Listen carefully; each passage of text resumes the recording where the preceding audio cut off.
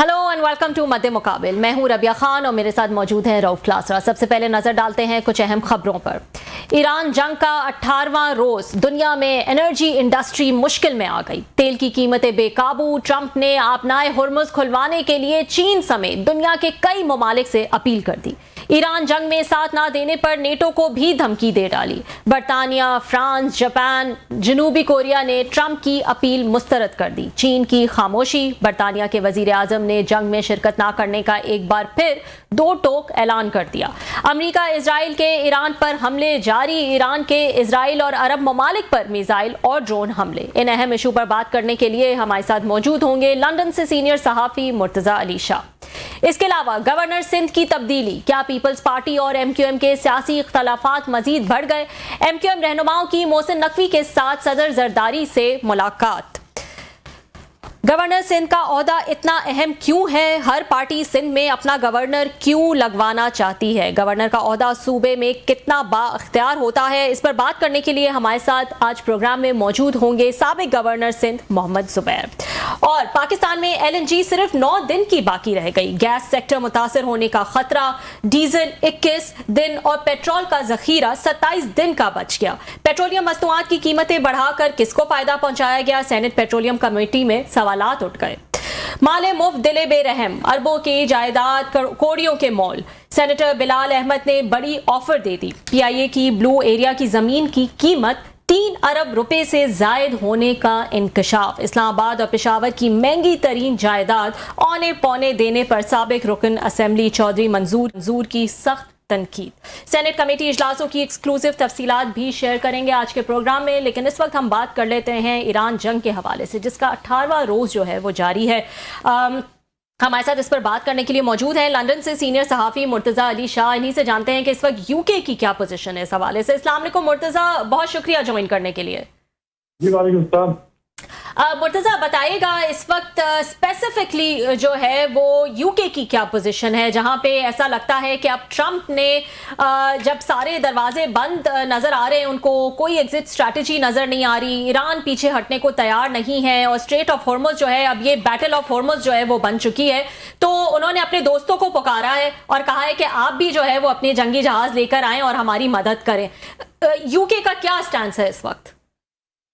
इस वक्त यूके का स्टैंड जो है ना, बहुत ही एक मुश्किल में यूके नजर आ रहा है, इसलिए कि अमेरिका की तरह यूके को भी एक्सपेक्टेशन नहीं थी, पूरे वेस्टर्न नेशन को ये इस तरह की एक्सपेक्टेशन नहीं थी कि ईरान जिस तरह से अग्रेसिवली रिस्पॉन्स करेगा। फ्रैंकली जो ओवरऑल अंडरस्टैंडिंग है ये सबकी थी और सबको पता था कि इजराइल ने और अमेरिका ने अटैक करना है रेजिम चेंज के लिए, और इसके लिए उनको यूके की या फ्रांस की इनकी परमिशन चाहिए भी नहीं थी, लेकिन इनको पता था कि ये होने जा रहा है और वो उसके लिए दे वर फाइन। बट हुआ ये है कि यूके के अंदर जो है ना 2 इश्यूज है। एक तो ये कि यूके इस वक्त जो प्राइम मिनिस्टर की स्टार्मर है वो प्राइसिंग के इशू के ऊपर, जो एनर्जी प्राइसेस है, महंगाई इस मुल्क में इतनी बड़ी है कि वो ऑलरेडी इस वक्त तारीख की कम तरीन रेटिंग इस वक्त उनकी है, यानी वो 19% पे ठहरे हुए हैं, और अगर आज इलेक्शन हो तो उनके नीचे लेबर पार्टी वाइप आउट हो जाएगी। उनकी असल डोमेस्टिक सिचुएशन ये है। तो उनकी जो पार्टी ओवरऑल है लेबर पार्टी, वो जंग के खिलाफ है। उनकी शायद कैबिनेट के लोग तो हमेशा, आपको पता है कैबिनेट तो जो भी बादशाह का फैसला होता है उसको सपोर्ट करते हैं। कैबिनेट उनके जो केयर स्टार्मर है वो तो उनके साथ है, लेकिन जो पार्लियामेंट्री पार्टी है उनकी वो जंग के खिलाफ है। अब वो जंग को सपोर्ट अफोर्ड नहीं कर सकते स्टेज पर करना, इसलिए उन्होंने यहाँ पे एक रमजान इफ्तारी थी जिससे वो आए, तो वहां मौजूद था और उन्होंने अपनी स्पीच में ये कहा कि हमने इराक से लेसन लिए हैं कि इराक में हमने कितनी बड़ी गलती की, और उन्होंने कहा मैंने इराक जंग की भी मुखालफत की थी और अब मैं इस जंग में भी कौम को नहीं ले जाऊंगा। लेकिन एक काम उन्होंने ये किया कि जब डोनाल्ड ट्रंप की तरफ से उनके ऊपर अटैक ज्यादा बढ़े तो उन्होंने यहाँ पे जो रॉयल एयरफोर्स की बेसिस है वो उन्होंने अमेरिकन B-52 बॉम्बर्स को दिए, जहां से आके रिफ्यूलिंग करते हैं। उसके किया साहब ने ये कहा जी कि हमारी पोजीशन ये है कि वो सिर्फ ऑफेंसिव के लिए नहीं, डिफेंसिव पर्पस के लिए, लेकिन जो B-52 यहाँ से रिफ्यूलिंग करा रहे हैं वो जाकर ईरान के ऊपर वो हमले कर रहे हैं, वहां लोगों को मार रहे हैं। तो इन अ वे किसी हद तक डोनाल्ड ट्रंप को खुश रखने के लिए जो यूके है वो जंग का हिस्सा तो ऑलरेडी बन चुका है। ये एक्टिव पार्टिसिपेशन है यूके की कि उनके मुल्क से रिफ्यूलिंग हो रही है और अमेरिका को फुली असिस्ट किया जा रहा है, इंटेलिजेंस भी दी जा रही है। हाँ, और माइंड स्वीपिंग ड्रोन्स की भी बात की है उन्होंने शायद।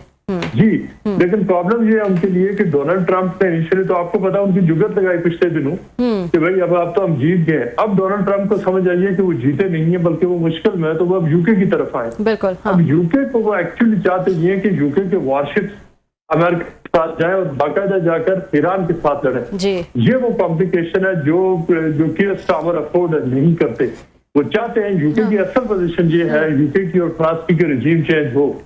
ये सिवाय स्पेन के जो जितने ममालिक के जो अमेरिकन इंफ्लुएंस है, वो सब चाहते हैं कि रिजीम चेंज हो। जी जी। लेकिन उसके लिए वो चाहते नहीं है कि जो उनके बूट्स ऑन द ग्राउंड जाए, उनकी जो सोल्जर मरे और उनको नुकसान हो। ऑलरेडी इस मुल्क की जो इकोनॉमीज है वो बहुत स्ट्रगल कर रही है। ये बताएं कि जाहिर है ऐसे माहौल में जो है पर्सनालिटीज मैटर करती हैं। जैसे कि अमेरिका को इजराइल ने कई दहाइयों से जो है वो चाहा कि वो ईरान पे अटैक करे, हर प्रेसिडेंट जो आके उसको रेजिस्ट उन्होंने किया, कोई और तरीका निकाला, बट ट्रंप गिव इन। इसी तरह कियर स्टामर को देखते हुए आपके ख्याल में कौन सा प्रेशर जो है वो जल्दी गिव इन कर देंगे? ट्रंप, नोइंग ट्रंप, उनकी जो पर्सनैलिटी है, जिस तरह से वो बुली करते हैं या प्रेशर डालते हैं, वो चुप नहीं बैठेंगे और वो डालते रहेंगे जैसे कि वो अभी डाल रहे हैं। और दूसरी तरफ उनकी अपनी आवाम है, उनके अपने लोग हैं जो कि नहीं चाहते कि वो एक एक्टिव जंग में हिस्सा लें, वो भी ऐसी जंग जो यूएस और इजराइल की है। तो आपको क्या लगता है कि ये स्टामर को देख के will he give in that easily? देखिए, वो ऑलरेडी मैंने पहले आपको बताया कि वो बेसिस तो दे चुके हैं। हाँ। उनके बेसिस से ईरान के खिलाफ जंग हो रही है। ये चीज ऑलरेडी जो यहाँ की ग्रीन पार्टी है, जो एक्चुअली इस वक्त लेबर पार्टी के लिए सबसे बड़ा खतरा बन गई है, उसकी लीडरशिप पूरा दिन ये पॉइंट आउट कर रही है कि यूके तो हिस्सा बन चुका है जंग का। अच्छा, ठीक है। तो उनके लिए जी आने वाले दिनों में अब जब उन्होंने करना ये है कि कियर स्टामर ने जो स्टेट ऑफ हॉर्मज है, इसके ऊपर भी उन्होंने कुछ इस तरह का आज उन्होंने स्पीच दी और उन्होंने कहा जी कि हम अपने अलाइज से बात करके इसके ऊपर रिस्पॉन्ड करेंगे। अलाइज मीन वो चाहते हैं कि फ्रांस भी साथ आए, जर्मनी भी आए। अच्छा, उन ममालिक में भी इसी तरह की इश्यूज है। मुझे ये लग रहा है कि आने वाले दिनों में ये कुछ ना कुछ अमेरिका को कहेंगे कि जी हम ऑफेंस नहीं करेंगे, हम अटैक नहीं करेंगे, लेकिन हम सिर्फ सेफ्टी और प्रोटेक्शन के लिए आपके साथ करेंगे। ये देखें, अफोर्ड ये भी नहीं करते, ये डोनाल्ड ट्रंप और इजराइल को कुछ ना कुछ यूके को देना पड़ेगा। उसके अलावा उन्होंने इनके छोड़ना नहीं है इनको। एक एग्जैक्ट इस वक्त तो चाहते नहीं है, लेकिन वो मजबूरी और उनको ये देना पड़ेगा, इसलिए कि यहाँ जो लॉबीज है अंदर बहुत उनका इन्फ्लुएंस है, प्रेशर है, और वो मतलब उनको क्रिटिसाइज कर रहे हैं कि आप ईरान के रिजीम चेंज का हिस्सा बने, और यूके के लिए बहुत सारी मुश्किलात हैं। सही, ठीक। बहुत शुक्रिया मुर्तजा, आपने बड़ा तफसीली बैकग्राउंड स्पेशली यूके जो है उसकी पोजीशन हमें बताई है। हमने पहली दफ़ा देखा है कि ये यूरोपियन ममालिक जो हैं वो ये ओपनली बात कर रहे हैं, वो सामने आ रहे हैं, एक्टिवली वार में शामिल नहीं है। और ठीक है, उन्होंने वहाँ पे अपने बेसिस दिए हैं, वो भी उसके बाद दिए हैं जब उन पर ट्रंप ने उन पर अटैक किया कि आप हमारे साथ वार में शामिल नहीं हो रहे, तो चलें आप ना हो, हम देख लेंगे, अकेले कर लेंगे। उसके बाद ये पहले तो उन्होंने भी यूके ने स्ट्रेट अवे इसको इनकार किया था। हमने इटली को देखा है कि इटली के प्राइम मिनिस्टर ने इसका हिस्सा बनने से इनकार किया, बल्कि तनकीद की है। जो वहाँ पे 150-200 बच्चे बेचारे जो वहाँ पे वो शहीद हुए हैं उसमें, ये ईरान में। स्पेन के प्राइम मिनिस्टर ने तो बड़ा पहले दिन से वाज़ेह किया, यूके के प्राइम मिनिस्टर ने किया। ये क्या वजह बनी है कि यूके जो है ये पहली दफ़ा अमेरिकन के या यूरोपियंस में कहूँगा, सॉरी, कि अमेरिकन के साथ वो नहीं खड़े हुए और ओपनली बात कर रहे। माजी में ऐसे नहीं होता था, अफगानिस्तान था, इराक था, मिलियन मार्चेज हुए हमने देखे, इसके बावजूद उन्होंने ये हिस्सा आके लिया, शरीक हुए। इन 20-25 सालों में क्या ऐसी कुछ चेंज है ये जो आप समझते हैं कि यूरोपियन ममालिक जो हैं वो अगेन इससे अमेरिकन से दूर हुए हैं? देखिए, इसके 2-3 उनके सामने जो है ना बहुत ही बिटर वो जो फैक्ट है। एक तो देखें, जब ये अफगानिस्तान जो इराक वार हुई थी तो उस वक्त जो सारे लोग जो कोalition था, ये पूरे यूरोपियन अमेरिकन जो है ना ये साथ थे। उसके बाद अफगानिस्तान में भी इन्होंने साथ जॉइंट एंटरप्राइजेस की। अब इराक का क्या बना वो यहाँ के अवाम भूले नहीं है, वो उनके सामने है, हुकूमतों के सामने है कि वहां नाकामी हुई। मतलब इराक आज किस सिचुएशन में, अफगानिस्तान, लीबिया, ये जहाँ ये खास तौर पर अफगानिस्तान और इराक यहाँ इनके अपने ट्रुप्स मौजूद थे, वहाँ 20-20 साल की लड़ाइयाँ हुई। एंड पे आज तालिबान अफगानिस्तान में मौजूद है।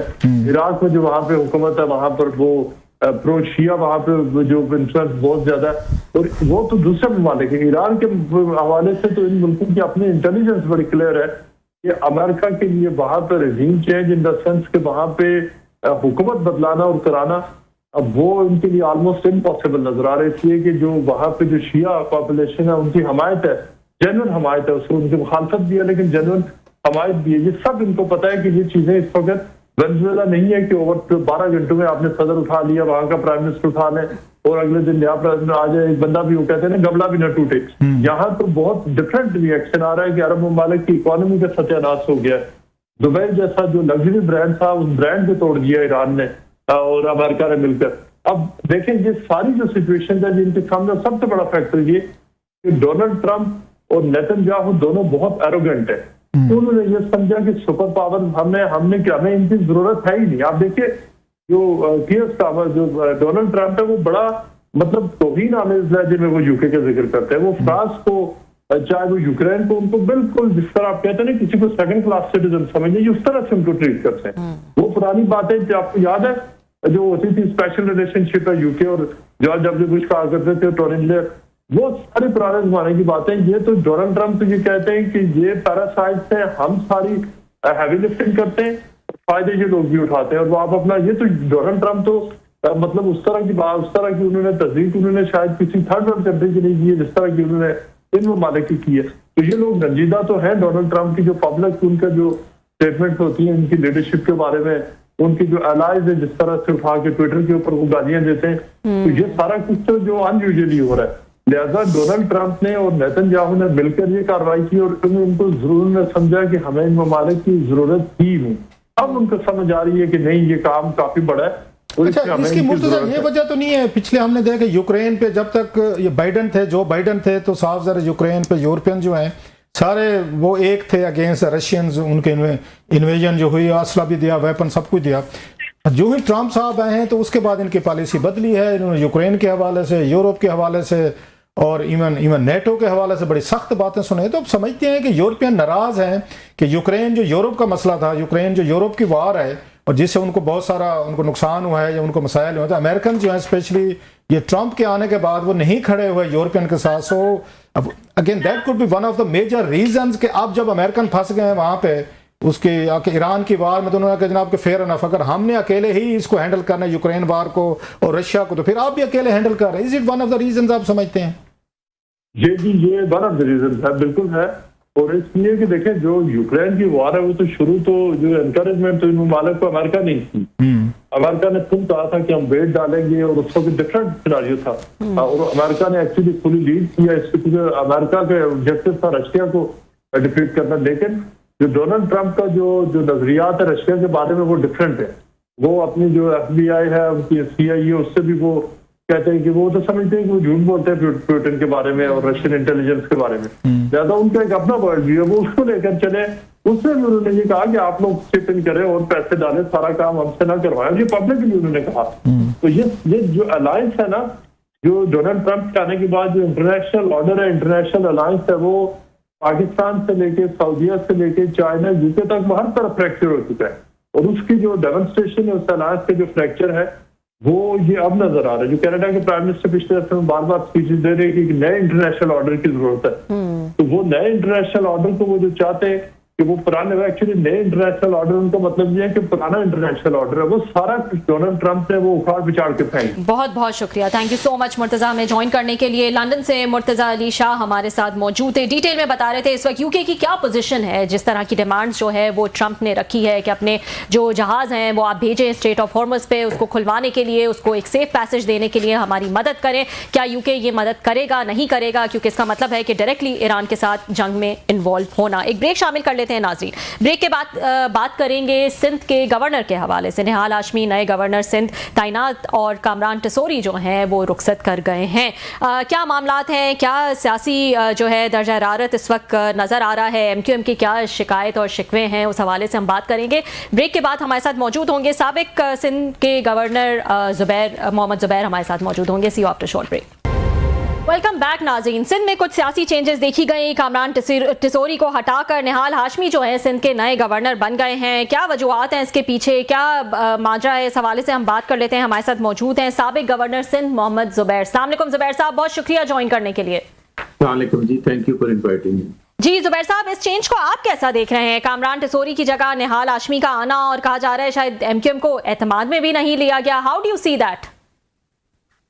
जाहिर है मेरी कामरान टिसोरी साहब से भी बात हुई थी जिस दिन उनको फायर किया गया था। अच्छा। और ये अनफॉर्चुनेट है कि वो मतलब अल्फाज इस्तेमाल किए गए कि ही हैज बीन सैक्ड, तो वो अच्छा कोई मैसेज नहीं कन्वे करते हैं कि 3.5 साल एक गवर्नर रहा है और वो इस एडमिनिस्ट्रेशन और इस प्राइम मिनिस्टर और इस हुकूमत के आने के बाद जाहिर 2 साल हो चुके हैं वो रहे हैं। जी। और सडनली आप पता चलता है कि जी वो उनको इत्मीनान में नहीं दिया। खबर उनको टीवी के थ्रू मिलती है कि जी ये उनके बकौल, और जो चैनल फिर बाद में आया भी खालिद मकबूल सदीकी हुकूमत का वजाहती बयान भी आया कि एक मीटिंग हुई थी एक दिन पहले शायद जिसमें खालिद मकबूल सदीकी को बुलाया था, बट वो वहाँ इस्लामाबाद में मौजूद नहीं थे। इवन देन मेरा ख्याल बताया जा सकता था। चेंज तो मेरा ख्याल मैं सर आपकी बात काट रहा हूँ सारी, आप ये कह रहे हैं अगर मैं ठीक समझा हूँ सुनने वाले भी कि कमरान साहब जो टिसोरी साहब, तो इनको अपनी मतलब रिमूवल का पता जो है या बरतरफी अगर कहें या ना कहें, इनको टीवी की खबरों से पता चला है कि ही हैज बीन रिमूव्ड। जी बिल्कुल। उनके बकौल उस दिन सुबह को उनकी फैमिली जो थी उसी दिन सुबह को उम्रे के लिए जा रही थी, इन्होंने भी जाना था, बट उनके बकौल के चूंकि प्राइम मिनिस्टर ने ऑस्टेरिटी वो कुछ प्रोग्राम अनाउंस किया था जिसके तहत ट्रैवल जो था बाहर जाने का मना कर दिया गया था अनलेस, तो वो इसलिए नहीं गए थे। बट हैड ही नोन के उनको निकाला जा रहा है तो जाहिर है वो चले जाते। उसके बाद वो दूसरे दिन चले भी गए उम्रा करने के लिए जी। और तो चेंज तो मेरा ख्याल है चेंज जो टिसोरी साहब के देखें, मेरे नजदीक टिसोरी साहब जब बने थे गवर्नर, अगर आप मुझे इजाजत दें तो मुझे भी रिजर्वेशन थी कि मतलब बैकग्राउंड क्या है कैसे हैं, जो भी उनके बारे में कुछ खबरें मैं मिल चुका था उनसे काफी दफा। फारूक सत्तार के साथ होते थे और PMLN की जब भी मीटिंग होती थी साद रफीक हैंडल करते थे सिंध को, तो अयाज सादिक तो मैं होता था उस वक्त उनसे, बट ऐसे कोई नोटिस नहीं करता था बंदा। बट आई थिंक उसपे उन्होंने काफी चीजें पॉजिटिव कंट्रीब्यूट की। और अगर आप उस तनाज़ुर से देखें तो अफसोस की बात है, देखिए वो बातें कर रहे थे जो उनको कहा जाता था कि उनके कॉन्स्टिट्यूशन से बाहर है, और बिल्कुल वो उनका कॉन्स्टिट्यूशनल रोल नहीं था, वो chief executive of the Sindh नहीं थे। लेकिन जब वो निशानदेही कर रहे थे, एक गवर्नर के पास एक ऐसी आवाज होती है जो पूरे पाकिस्तान में पहुंच सकती है, खासतौर पर कराची या सिंध के अवाम के लिए। जो अगर गटर में बच्चा गिर रहा है और वो वहां पहुंच जाते थे और आवाज बुलंद करते थे और सिंध की हुकूमत की क्लास लेते थे, तो मेरा ख्याल है कराची के अवाम के लिए तो बहुत अच्छी बात थी।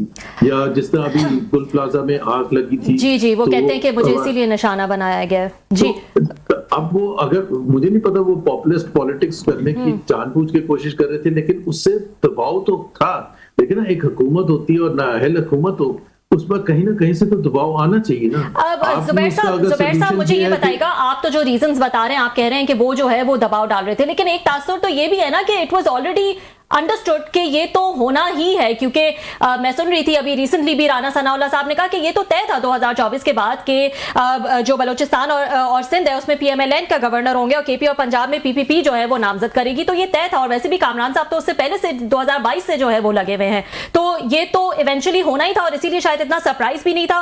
और एज सच कोई मुखालफत या कोई शिकायत या कोई प्रोटेस्ट MQM की तरफ से भी खास नजर नहीं आया है।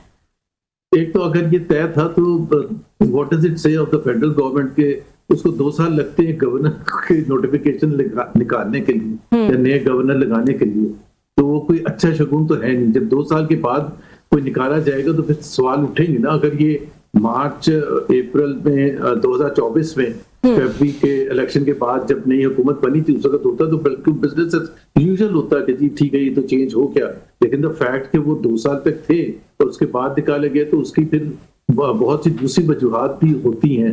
लेकिन एक चीज जो मैं कह रहा था ना कि देखें उनमें बहुत सी चीजें ऐसी थी जो मैं समझता हूँ लैक करती थी अंडरस्टैंडिंग के गवर्नर का रोल क्या है। लेकिन at the end of the day अगर वो आवाज उठा रहे थे और सही बातों पर आवाज उठा रहे थे, कराची की जो हालत है, तो कराची तो टूटा फूटा है, रोडें उसकी तबाह कुन है, पानी नहीं मिलता, आज भी पानी नहीं मिलता। मतलब मैं खुद उसका विटनेस हूँ कि हमें मतलब तरले करने पड़ते हैं। मुझे मैं personally I am telling you on air कि एक टैंकर मंगवाने के लिए हमें कितनी मुश्किल और at a very very expensive rate 15,000, 16,000, 17,000 रुपए में आपको टैंकर मिलता है और उसके लिए भी आपको हाथ जोड़ने पड़ते हैं। तो अगर वो आवाज उठा रहे थे इस किस्म की, तो मेरे लिए तो वो एक अच्छी चीज है।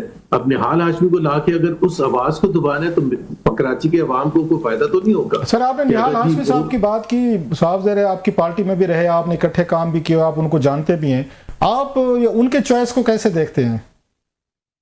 देखो, दो चीजें हैं और वो भी अगर सेपरेट। एक तो निहाल हाशमी जितना, अगर मैं पहले भी कहता था कि अगर आइडियोलॉजिकल वर्कर को देखना है किसी भी पॉलिटिकल पार्टी के हवाले से, तो निहाल हाशमी की शक्ल में आपको नजर आएगा। So committed to the parties और ideology and to the leadership कि उनके ऊपर बुरा वक्त भी आया पार्टी की तरफ से। उनको पार्टी की मेंबरशिप, बेसिक मेंबरशिप खत्म कर दी गई।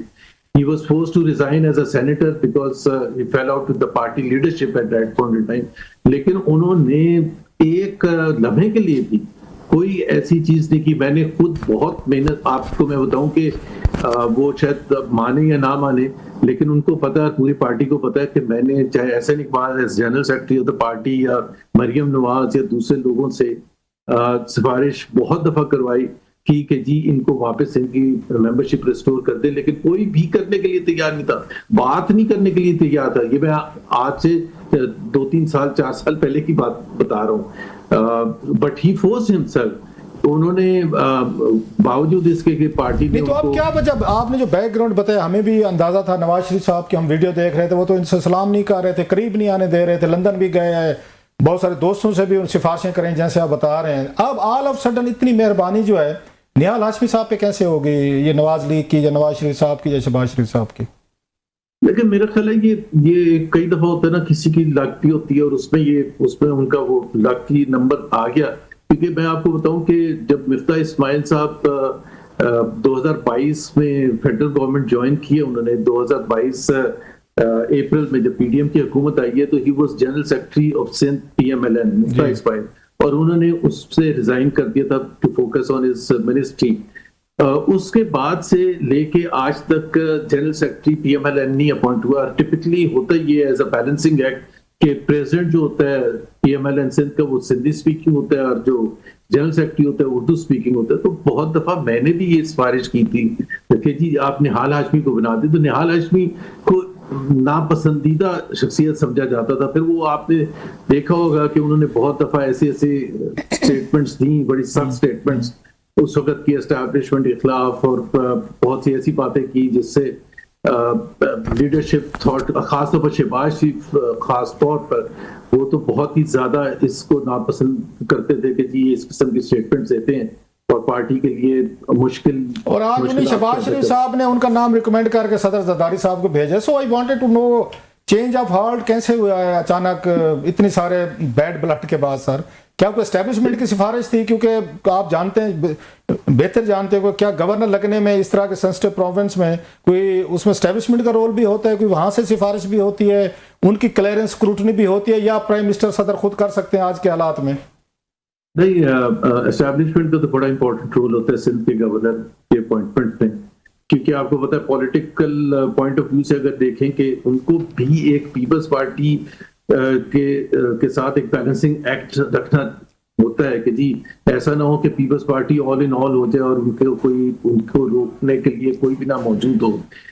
सो एस्टैब्लिशमेंट की तो जाहिर है आशीर्वाद चाहिए होती है। मेरा नहीं ख्याल है कि इसमें शहबाज शरीफ का फैसला होगा, इसमें नवाज शरीफ का फैसला ज्यादा होगा, क्योंकि शुरू से वो नवाज शरीफ के करीब थे। शहबाज शरीफ को इतना उनको पसंद करते नहीं थे, जो ये उनके टाइप के नहीं है।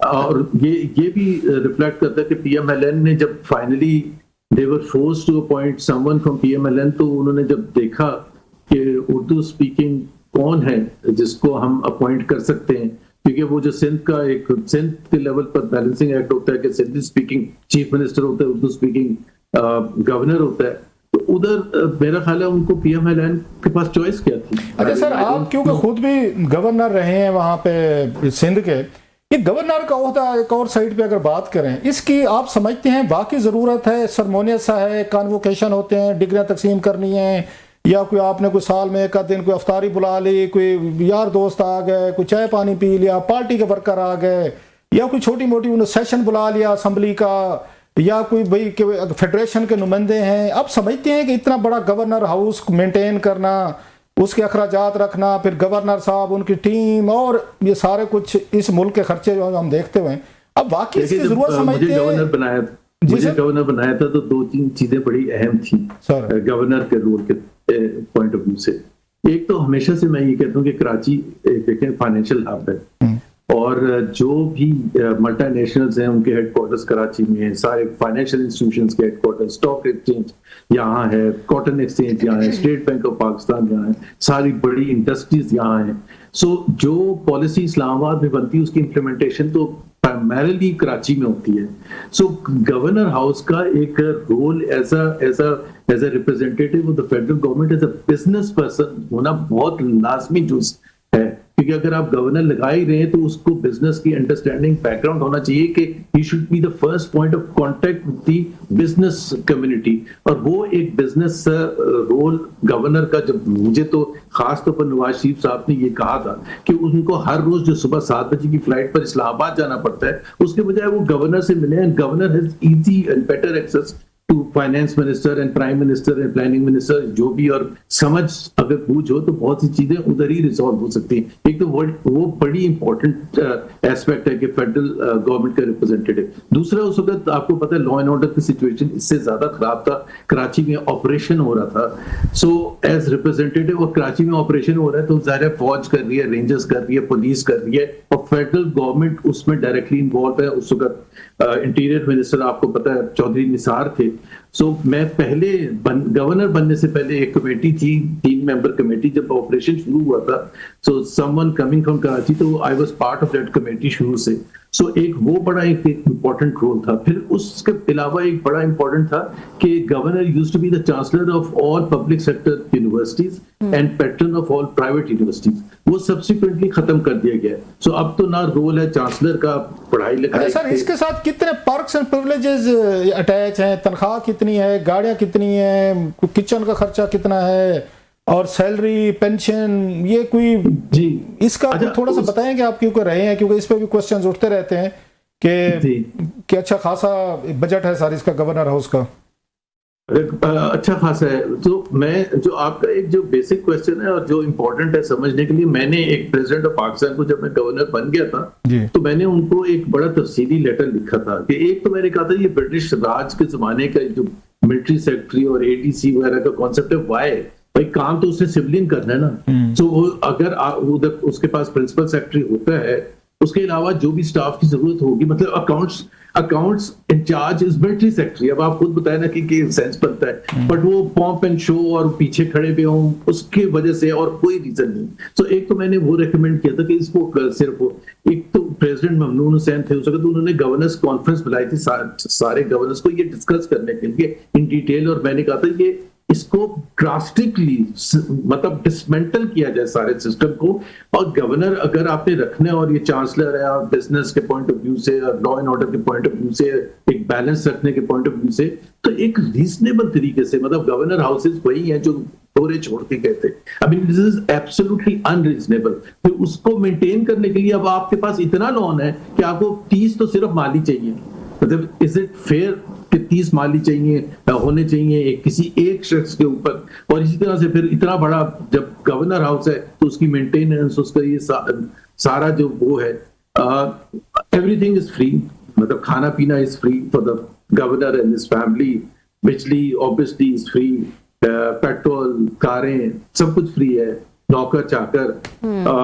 लेकिन तनख्वाह उस वक्त जो थी, और मैंने अभी थोड़ी देर पहले चेक भी किया था इमरान इस्माइल साहब से भी, तो उस वक्त भी 80,000 थी, और जब इमरान इस्माइल साहब थे तो उस वक्त भी 80,000 थी।